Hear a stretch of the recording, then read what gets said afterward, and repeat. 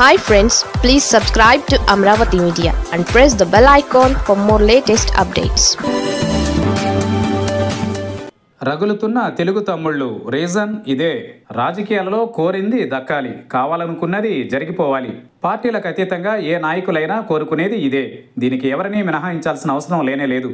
ఇప్పుడు టీడీపీ అయితే మాత్రం మినహాయింపు ఉంటుందా? ఇది ఇప్పుడు తమ్ముళ్ల మధ్య జరుగుతున్న చర్చ.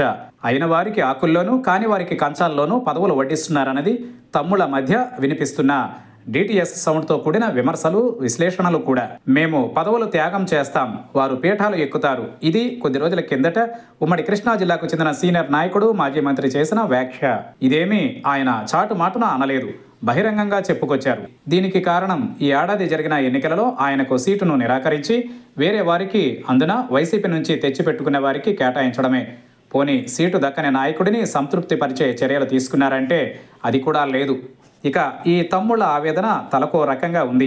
అనంతపురంలో చూస్తే తమకు లేని ప్రాధాన్యం బీజేపీ నేతలకు ఇస్తున్నారన్న చర్చ జోరుగా జరుగుతోంది. ఆయన ఎప్పుడు ఏ పార్టీలో ఉంటాడో ఉండడో తెలియదు. టీడీపీ ఓడిపోగానే తుర్రుమంటూ మరో పార్టీలోకి వెళ్ళాడు. ఇప్పుడు పార్టీ నేతలు ఆయనకు వత్తాసు పలుకుతున్నారు. ఇది మా పరిస్థితి అని ఓ ఫైర్ బ్రాండ్ నాయకుడు చేసిన వ్యాఖ్యలు ఇవి.